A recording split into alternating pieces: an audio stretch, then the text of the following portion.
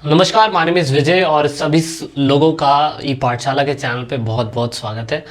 जैसे कि आप सभी लोगों को पता है कि टर्म 2 के अकॉर्डिंग हम लोग सैम्पल पेपर की एक सीरीज़ कर रहे हैं विद सोल्यूशन, और वीडियो के डिस्क्रिप्शन में डाउनलोड अवेलेबल है। आप जो भी कुछ हम करा रहे हैं वीडियो के डिस्क्रिप्शन में डाउनलोड अवेलेबल है, आप वहाँ जाके डाउनलोड भी कर सकते हैं। दोस्तों, हमने जो भी सैम्पल पेपर था वो हमने पहला डिस्कस कर लिया था और अभी हम दूसरा सैम्पल पेपर डिस्कस करने जा रहे हैं। अगर आपने पहला नहीं देखा है तो भी आप देख सकते हैं, क्योंकि सब कुछ पढ़ लिया है, रिवाइज करना है बस, और मेन टॉप इम्पॉर्टेंट क्वेश्चन जो हैं वो पढ़ने हैं हमें, और वही क्वेश्चन पेपर में आने के चांसेस होते हैं। सो दैट इज़ वाई जो मैं इंपॉर्टेंट क्वेश्चन करा रहा हूँ वो आप पूरी तरीके से ज़रूर देखिएगा, ठीक है। एक बार वीडियो को ज़रूर कंप्लीट देख लीजिएगा, इससे आपको फ़ायदा ये होगा कि क्वेश्चन आएंगे किस टाइप के, कौन से क्वेश्चन हमें फेस करने हैं, वो आप सभी लोगों के लिए बहुत ज़रूरी है। तो दोस्तों, माय नेम इज़ विजय, बहुत बहुत स्वागत है आप सभी लोगों का ई पाठशाला के चैनल पे दोबारा से। और अगर आपने पहली सीरीज़ नहीं देखी तो ज़रूर देखिएगा। ये सब मैं नहीं बताऊंगा, 2 घंटे का पेपर है, 40 मार्क्स है, सेक्शन ये वो सब हमने पहले ही डिस्कस कर लिया है। इसके बारे में हम आगे डिस्कस करेंगे अब जाके। दोस्तों, यहाँ पे है पहला क्वेश्चन। दिसंबर 1929 के अंदर कांग्रेस का एक अधिवेशन हुआ था। अगर आप सभी लोगों को याद हो तो इंडिया के अंदर लगभग 1922 के अंदर जब चोरा चोरी कांड हुआ था, अगर आपको याद हो अच्छी तरीके से, तो फैब 1922 में चोरा चोरी कांड हुआ था और मार्च में ही गांधी जी को क्या कहते हैं, गिरफ्तार कर लिया गया था। 6 साल की गांधी जी को होनी थी सजा। तो 6 साल तक सजा नहीं हुई थी, लेकिन गांधी जी दोबारा से activate in the sense active हुए भारत की राजनीति के अंदर, और गांधी जी ने फिर जनता से ये बोला कि हमें अंग्रेजों को उखाड़ फेंकना है। और इसी वजह से हमारे इंडिया के अंदर इंडियन नेशनल कांग्रेस थी। और 1929 के अंदर, क्योंकि उनकी हर साल मीटिंग होती है, तो 1929 में लास्ट दिसंबर में एक मीटिंग हुई थी। और दोस्तों, ये क्वेश्चन यहाँ से पूछ लिया गया है कि दिसंबर 1929 में जो मीटिंग हुई थी, जो अधिवेशन हुआ था, वो भारत के लिए एक टर्निंग पॉइंट साबित क्यों हो रहा है या क्यों हुआ भारत के लिए, वो ज़रूरी है। तो इसीलिए इसमें, क्योंकि 2 मार्क्स का क्वेश्चन है ये, और तो फिर आपको नॉर्मली बिहाफ पे समझना है कि कैसे लिखना है। तो नंबर 1, ऑफ कोर्स, ये दिसंबर 1929 में एक वार्षिक अधिवेशन था, ठीक है ना, जो ऑफ कोर्स होना था कांग्रेस का। सबसे इंपॉर्टेंट चीज़ कि जवाहरलाल नेहरू, बच्चे कहते हैं हिंदी में लिखा हुआ है, देखिए मेन ना आपको समझना है। लिखने को आप इसे इंग्लिश में भी लिख सकते हैं, हिंदी में भी लिख सकते हैं, कोई बड़ी बात नहीं, पर क्वेश्चन जो है दोस्तों वो तो समझना ज़रूरी है हमें। उसका आंसर तो हम खुद से ही बना के लिख सकते हैं। जवाहरलाल नेहरू उस समय युवा पीढ़ी के नेता थे, और ऑफ कोर्स उनको उस समय पे मैं कह सकता हूँ अध्यक्ष चुना गया, सबसे इंपॉर्टेंट बात। और इसी अधिवेशन के अंदर पूर्ण स्वराज की मांग हुई, जैसे बोलते हैं कंप्लीट इंडिपेंडेंस, टोटल इंडिपेंडेंस। मतलब आज जो आप 1947 की आज़ादी देख रहे हैं दोस्तों, 1947 की आज़ादी हमारे भारत के अंदर आज नहीं, वो दिसंबर 1929 के दिन डिसाइड हुई थी। उस दिन हमने सबसे पहले अपने भारत देश के अंदर झंडा फहराया था, और झंडा फहराने के बाद फाइनली हम लोगों ने अंग्रेज़ों से बोल दिया कि अब आप लोग इस देश में ज़्यादा लंबे समय तक राज नहीं कर सकते हैं। और दैट इज़ वाई दिसंबर 1929 भारत की एक one of the important dates में से एक है, जहां से हमारी आज़ादी की शुरुआत हुई थी। सो दैट इज़ वाई दोस्तों, यहाँ पर जो ये अधिवेशन है वो बहुत ज़्यादा ज़रूरी है, और ये चीज़ आप ज़रूर दिमाग में रखिएगा। नेक्स्ट क्वेश्चन है, 2 क्वेश्चन है इसके अंदर। 2 क्वेश्चनों में से हमें ये जानना ज़रूरी है कि दोनों के आंसर मैंने वीडियो के डिस्क्रिप्शन में जो लिस्ट दे रखी है उसमें मैंने दोनों के आंसर दिए हुए हैं, और टेलीग्राम चैनल पे अगर आप जुड़े हुए हैं तो वहाँ पे भी आपको पूरा का पूरा वो मिल जाएगा, उसमें कोई 2 राय नहीं है आपके लिए। लेकिन मैंने दोनों, जो अथवा लिखा हुआ है, मैंने अथवा का आंसर आपको नहीं दिया है, क्योंकि इसके लिए आपको डिस्क्रिप्शन बॉक्स में भी तो जाना है ना, वहाँ पर जाना है, थोड़ी मेहनत आपने भी करनी है। हाँ, मैंने पहला समझा रखा है, समझ लेते हैं पहला क्या है। कम्युनिस्ट मेंबर थे कोई, सोमनाथ लाहिड़ी जी, लाहिड़ी लिखा हुआ है, ये लाहिड़ी है। और ये इन्होंने बोला था कि ब्रिटिशर्स जो थे ना, उनका जो संविधान सभा में जो भी चर्चाएं होती है, बहस होते हैं, जिन मुद्दों पे काम होता है, उस पे आज भी इम्पीरियलिस्टिक, मतलब साम्राज्यवाद, इम्पीरियलिज्म, साम्राज्यवाद की सोच अभी भी कहीं ना कहीं हमारी है। दोस्तों, आज की डेट में जो हम गुलाम हैं बाहर की कंट्री के, वो विचारधाराओं से हैं, लेकिन सोमनाथ लाहिरी जी ने कहा कि संविधान सभा जो बनाई जा रही है वो संविधान सभा तो पूरी तरीके से अंग्रेजों की दी हुई है, तो हम उनके नक्शे कदम पे क्यों चले। क्योंकि सोमनाथ लाहिरी जी ने कहा कि भाई अभी भी कहीं ना कहीं हम आज़ादी तो ले रहे हैं, लेकिन हम संविधान सभा के अंदर अभी भी अंग्रेजों की बनाई हुई संविधान सभा में जी रहे हैं, तो हमें इसमें चेंजेस करने की ज़रूरत है। क्यों? क्योंकि हमें हर चीज़ के लिए फेडरल जुडिशियल सिस्टम जो है उस पर डिपेंड रहना पड़ेगा। हर चीज़ के लिए ब्रिटिश प्रधानमंत्री या इंग्लैंड में जाकर उनसे बातचीत करनी पड़ेगी, उनका दरवाज़ा खटखटाना पड़ेगा, और हम ब्रिटिश बंदूकों का, ब्रिटिश सेनाओं का, उनके आर्थिक और वित्तीय जो भी उनका फाइनेंशियल कैप्चर है उसमें हम फंसे हुए हैं। हमें खुद की भारतीय संविधान सभा बनानी चाहिए। ये बात हो रही थी जब 1947 में हम लोग अपनी भारतीय संविधान सभा बना रहे थे, तो उस टाइम पीरियड पे संविधान सभा में क्या क्या चीज़ें होनी चाहिए वो सोमनाथ लाहिरी जी ने कहा कि सब कुछ जो है हमें कुछ ऐसा बनाना चाहिए जो हम अपने ही देश के लिए, अपने ही लोगों को दे। तो ये सबसे इंपॉर्टेंट है। आप सोच भी नहीं सकते कि क्वेश्चन पेपर के अंदर आएगा, लेकिन यहाँ पे जगदेव करके एक व्यक्ति थे, उन्होंने भी एक सोच दी थी। साउथ के लोग कह रहे थे कि हिंदी को लेके, हिंदी भाषा को लेके दोस्तों, वो कह रहे थे कि आप हिंदी भाषा हमारे ऊपर जानबूझ के थोप रहे हैं, तो इस पे एग्जामिनर आपसे क्वेश्चन पूछ सकता है। ये तो एक हिंट दे रखा है। मैंने कहा था मैं 3 सैंपल पर कराऊंगा, 3 सैंपल में पेपर में से कम आपके पास 50 क्वेश्चंस हो जाएंगे। 50 क्वेश्चन अगर आप वीडियो देख के भी चले जाएंगे तो भी आपका काम बन जाएगा, और दूसरे क्वेश्चंस आप अंदाजा लगा के कर सकते हैं। तो ये हो गया इसका आंसर। नेक्स्ट क्वेश्चन था 1857 का विद्रोह कुचलने के लिए क्या कदम उठाए गए। अंग्रेजों को पता था, देखो नाना पाटेकर का बहुत खतरनाक डायलॉग है कि कलम वाली बाई कहती है कि क्या कहते हैं, एक लकड़ी को तोड़ना तो बहुत आसान है, लेकिन जब सारी लकड़ियाँ एक साथ हो जाती है तो उसको तोड़ना बहुत मुश्किल है। और क्रांतिवीर मूवी के अंदर, नाना पाटेकर की मूवी के अंदर ये क्लियर कट बताने की कोशिश करी गई थी कि यूनिटी जो होती है ना इंसान की, वो अगर बनी रहेगी तो ऑफ कोर्स हम कभी नहीं टूट पाएंगे। लेकिन 1857 की क्रांति के अंदर यूनिटी को ही तोड़ा गया। अब अंग्रेजों को ये पता था कि 1857 की क्रांति एक ऐसी क्रांति है जो हमारे पूरे के पूरा जो शासन अंग्रेजों का है वो ख़त्म हो जाएगा, ख़त्म कर देगी वो शासन। लेकिन दोस्तों यहाँ पे अंग्रेजों ने 1857 की क्रांति को कुचलने के तरीके निकाले। क्या निकाले? नंबर 1 मार्शल लॉ लगा दिया। नंबर 1 मार्शल लॉ, मुकदमे चला दिए जो भी धरने, और जो धरना कर रहा है, जो भी प्रोटेस्ट कर रहा है, जो भी अंग्रेजों के शासन व्यवस्थाओं के खिलाफ जा रहा है। सैनिक कार्यवाही कर दी, मतलब सभी लोगों को गिरफ्तार कर लिया गया। कूटनीति अपनाई गई। कूटनीति में क्या करा गया? हिंदू और मुस्लिम को आपस में लड़ाने की कोशिश करी गई। ये चीज़ तो आज भी हो रहा है हमारे इंडिया के अंदर कि हिंदू मुस्लिम को आपस में लड़ा जा रहा है। और दूसरा ये है कि वफादारी करने वाले जो जमींदार थे, जमींदारों से कहा गया कि अगर आप लोगों ने हमारे दूसरे जमींदारों के प्रति बता दिया कि ये जमींदार कहाँ है, वो जमींदार कहाँ है, तो ऑफकोर्स हम आपको इनाम देंगे। तो देख रहे हो, ये फूट डालो एंड शासन करो, डिवाइड एंड रूल की थ्योरी 1857 में भी अपनाई गई थी। और कूटनीति तो अंग्रेजों के खून में, जीन्स में भरी हुई है, वो तो आपको पता ही है कैसे हम लोगों को पूरी तरीके से गुलाम बना दिया उन लोगों ने इसी वजह से।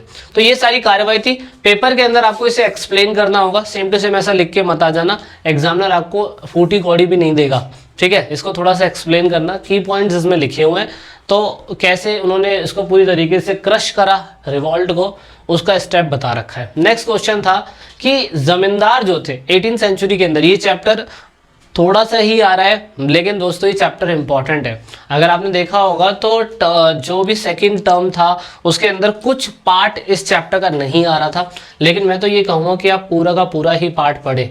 ज़रूरी नहीं है कि स्पेशल एक ही पढ़े, पूरा पार्ट पढ़े भाई, क्योंकि उसमें से क्वेश्चन आ रहे हैं। और देखो जितना एक क्वेश्चन था उसी में से, जितना पढ़ाया गया है उसी में से ही क्या कहते हैं क्वेश्चन पूछ लिया एग्जामिनर ने कि 18वीं सेंचुरी के टाइम पीरियड में बंगाल के जमींदारों से सत्ता को ईस्ट इंडिया कंपनी द्वारा नियंत्रित क्यों किया गया। मतलब मेन बात था कि जमींदार, जो बंगाल के जमींदार थे, बंगाल पहला प्लेस था जहाँ पे अंग्रेजों ने उस जमीन को कैप्चर करा, तो जमींदारों से जो उनकी ज़मीनें थी उस पर नियंत्रण करने का मेन मकसद क्या था दोस्तों? मेन मकसद यही था कि जमींदारों को सैनिक टुकड़ियाँ, मेन था जमींदारों की सैनिक टुकड़ियाँ भंग कर दी गई। ये भंग इन द सेंस डिसॉल्व कर दी गई। जमींदारों की अपनी खुद की सेना होती थी, और ऑफ कोर्स अगर वो राजा के प्रति अब ईमानदार थे तो अब अंग्रेजों के प्रति ईमानदार होंगे, और जब ईमानदार हैं, टैक्स देना चाहते हैं, तो सैनिक का क्या करेंगे। इसीलिए सैनिक कार्यवाही में उनके सैनिक टुकड़ियाँ, जो उनके पास अपने खुद के सैनिक थे, वो खत्म कर दिए गए। जमींदारों को कहा गया कि तुम्हें न्याय के लिए जमींदारों से न्याय और स्थानीय पुलिस की व्यवस्था दोनों छीन ली गई। मतलब जमींदार अपना खुद का कोर्ट भी लगा लिया करते थे, वो कहते थे नहीं भाई ये नहीं चलेगा, ये बिल्कुल नहीं चलेगा। अब आपको क्या करना होगा, अब आपको पूरी तरीके से क्या कहते हैं, हमारा जो जुडिशियल सिस्टम है अंग्रेजों का, उसके अंडर में आना पड़ेगा। तो इसीलिए जस्टिस और जो लोकल पुलिस है उसकी व्यवस्था से भी उनको निकाल दिया गया और कहा गया कि नॉर्मल जैसे सभी लोग होते हैं वैसी व्यवस्थाओं में ही आपको रहना पड़ेगा। दूसरा, जमींदारों की कचहरियों को कंपनी द्वारा नियुक्त कलेक्टर की देखरेख में रखा गया। मेन ये था कि जो भी जमींदार काम करेंगे अपने कोर्ट कचहरियों में, तो उसके लिए कलेक्टर जो होगा सारे कामों को देखने की कोशिश करेगा। ठीक है, तो एक तो ये हो गया fourth question. Fifth question, of course विद्रोही क्या चाहते थे, जो रिवॉल्ट कर रहे थे वो लोग क्या चाहते थे, तो क्या चाहते थे, ऑफ कोर्स ब्रिटिश का शासन खत्म हो जाए। ठीक है, विद्रोही जो भी जागीरदार थे, ताल्लुकदार थे, किसान थे, काश्तकार थे, वो देसी राजाओं को कहते थे कि उनका हक जो है वापस मिलना चाहिए। राज्य के अंदर जो रियासतें थी, जागीर थी, उन्हें दोबारा से जो रीस्टैब्लिशमेंट होता है वो दोबारा होना चाहिए। जो टैक्स का सिस्टम था, लगान का सिस्टम था, जो ऑफ कोर्स किसानों से और ज़मींदारों से अंग्रेज लोग लिया करते थे, वो ख़त्म करना चाहते थे वो लोग। उसके बाद छोटे छोटे आर्टिशियंस, क्राफ्ट पर्सन, उसके बाद कारीगर, बेरोजगार, ये सारे के सारे लोग कह रहे थे कि हमें दोबारा से ब्रिटिश का शासन ख़त्म करके उसी व्यवस्था में वापस आना है जैसे हम पहले थे, जैसे हमारे इंडिया में मुगलों का शासन चल रहा था। और यहाँ पर सारी चीज़ें पुनर्विस्थापित करना चाहते थे, रीस्टैब्लिश करना चाहते थे विद्रोही लोग, जो ऑफ कोर्स अंग्रेजों से लड़ाई कर रहे थे। तो ये क्वेश्चन इंपॉर्टेंट हो सकता है दोस्तों। Next question, east India company जो थी उसमें से जमींदार जो होते थे वो अपना टैक्स क्यों नहीं भर पाते थे, डिफॉल्टर क्यों हो जाते थे। जमींदार के पास पैसा तो बहुत था, नॉर्मल उसे किसान से पैसा लेना है और किसान से पैसा लेके जमींदार के पास आएगा, जमींदार डायरेक्टली अंग्रेजों को दे देगा। लेकिन यहाँ पे प्रॉब्लम ये होती थी कि अंग्रेजों को पैसा लेट क्यों होता था जमींदारों के थ्रू। तो मेन बात, शुरुआती समय में जो टैक्स था वो बहुत ज़्यादा था, उपज जो थी, फसल जो थी वो बहुत लो थी, लेकिन जो टैक्स था वो बहुत ज़्यादा था। और मेन बात था कि हर जगह पे टैक्स का सिस्टम अनइक्वल था, इक्वल नहीं था। और दूसरा सनसेट सिस्टम था। सनसेट सिस्टम का मतलब ये होता है कि मान लीजिए कि किसी ज़मींदार को 6 बजे 6 PM पे पैसा देना है, लेकिन उस टाइम पीरियड पे सूर्यास्त हो चुका है, तो अब ज़मींदार से पैसा नहीं लिया जाएगा। तो ये भी एक सिस्टम था। दूसरा, ज़मींदारों की सैनिक टुकड़ियाँ तो ख़त्म ही कर दी गई थी इसी वजह से।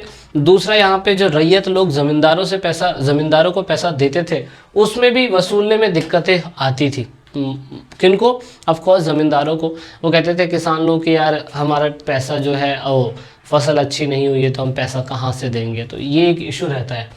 नेक्स्ट है क्वेश्चन नंबर 7 में है 2 क्वेश्चन। इनमें से भी 2 क्वेश्चन में से मैंने पहला करवाया हुआ है, दूसरा जो है वीडियो के डिस्क्रिप्शन में लिंक है, आप वहां से डाउनलोड कर सकते हैं, कोई इशू नहीं होगा, फ्री ऑफ कॉस्ट है। आप जाइए, डाउनलोड करिए पेपर को, स्टडी करिए, प्रिंट आउट निकालिए, इन्हीं क्वेश्चंस को देखिए। अब यहाँ पे ये वाला क्वेश्चन था कि मुगल जो थे वो अपने आप को ऐसा क्यों डिस्क्राइब करते थे कि ये बकेट ऑफ फ्लावर है। मतलब इनका जो टाइम पीरियड है उसमें हर जाति, धर्म, समुदाय के लोग जो थे आपस में रहते हैं, तो उसका स्टेटमेंट के हिसाब से आपको बताना है कि ऐसा है या नहीं। तो दोस्तों है, ये क्वेश्चन पेपर में आने के बहुत चांस है। मुगलों अपने आप को एक इम्पॉर्टेंट पिलर मानते थे अधिकारियों के दल के लिए। क्यों? क्योंकि उनको लगता था कि उनके जितने भी क्या कहते हैं अधिकारी थे, इतिहासकार, हिस्टोरियंस ये बताते हैं कि उसमें सभी नोबैलिटी क्लास की कैटेगरी के लोग हुआ करते थे। जैसे कि वो अलग अलग जातियों से लोगों को इकट्ठा करते थे, अलग अलग धर्म से लोगों को इकट्ठा करते थे। कोशिश यही होती थी कि जैसे मान लो कि इंडिया के अंदर आर्मी है, जैसे सिख रेजिमेंट अलग है, जाट रेजिमेंट अलग है, हिंदू रेजिमेंट अलग है। ऐसे रेजिमेंट में हमने अलग अलग संख्या, अलग अलग धर्म के लोगों को इकट्ठा करा हुआ है। करने का सिंपल सा मतलब ये होता था कि किसी एक ग्रुप ऑफ पीपल की संख्या ज़्यादा ना हो जाए। अगर संख्या ज़्यादा हो जाएगी तो हमें ये प्रॉब्लम होगी कि कहीं ना कहीं वो संख्या जब ज़्यादा हो जाएगी तो वो मुगलों का शासन ख़त्म कर देगी। इसी वजह से ये अलग अलग धर्म के लोगों को, अलग अलग कास्ट के लोगों को अपने सैन्य में भर्ती करवाते थे, मतलब अपनी आर्मी के अंदर एंट्री देते थे। जैसे कि शुरुआती समय में ईरानी, तुरानी, अफगानी, राजपूत, ये सभी लोग शामिल हुआ करते थे और इनको इनके काम के हिसाब से ट्रिब्यूट्स और पुरस्कार जो भी होता है उनके कर्म के हिसाब से उन्हें दिया जाता था। अकबर के टाइम पीरियड के अंदर भी शाही सेवा का सिस्टम था और उसमें तुरानी और ईरानी लोग जो थे वो बड़ी बड़ी पोस्टों पे हुआ करते थे। लेकिन जब 1560 का टाइम पीरियड आया तो फिर आगे चलकर भारतीय लोगों को, इवन राजपूतों को, जिसका जीता जागता एग्जाम्पल क्या कहते हैं, आमेर के राजा जो है भारमल जो है, जिससे जोधा अकबर ने शादी करी थी, है ना। तो इनके इनके ही फादर हैं जोधा, और ऑफ कोर्स जोधा इनकी बेटी थी जिससे अकबर की शादी हुई थी। तो यहाँ से भी पता चलता है कि दूसरे धर्म के लोगों को, बीरबल हिंदू था ऑफ कोर्स, उसको भी इन्होंने अपने क्या कहते हैं उसमें रखा। तानसेन, बहुत सारे लोग थे जो अलग अलग धर्म जाति के थे, लेकिन अकबर ने उनको एक साथ रखा, जिससे ये प्रूफ होता है कि हाँ इनके मुगलों के सिस्टम के अंदर ये बकेट ऑफ फ्लावर है ये लोग। इसका आंसर आपको वीडियो के डिस्क्रिप्शन में मिल जाएगा। अब है क्वेश्चन नंबर 10, 7 के बाद 10, देख रहे हो 8 और 9 मिस हो गया, क्यों? क्योंकि केस बेस्ड स्टडी वाला था और वो तो आपको पढ़ के ही करना होता है, तो उसका मैं कुछ नहीं कर सकता, वो तो आपको देखना पड़ेगा। अब मैप बेस्ड क्वेश्चन है। एक मैप में पूछा हुआ है कि बताइए 1857 का विद्रोह लखनऊ कहाँ पे, बहुत ईजी है। मेरठ कहाँ पे, है ना, तो ये तो बहुत ईजी है, आप तो वैसे ही देख सकते हो। तो मेरठ, जहाँ पे ऑफकोर्स महाभारत हुआ था, चौरस खेला गया था वहाँ पर, है ना, महाभारत चौरस आपको पता होगा, द्रौपदी का चीरहरण, और आज की डेट में सट्टा का सबसे बड़ा प्लेस मेरठ ही है। दूसरा लखनऊ, नवाबियों का शहर, तो ये तो बहुत नॉर्मल है इसे मेंशन करना।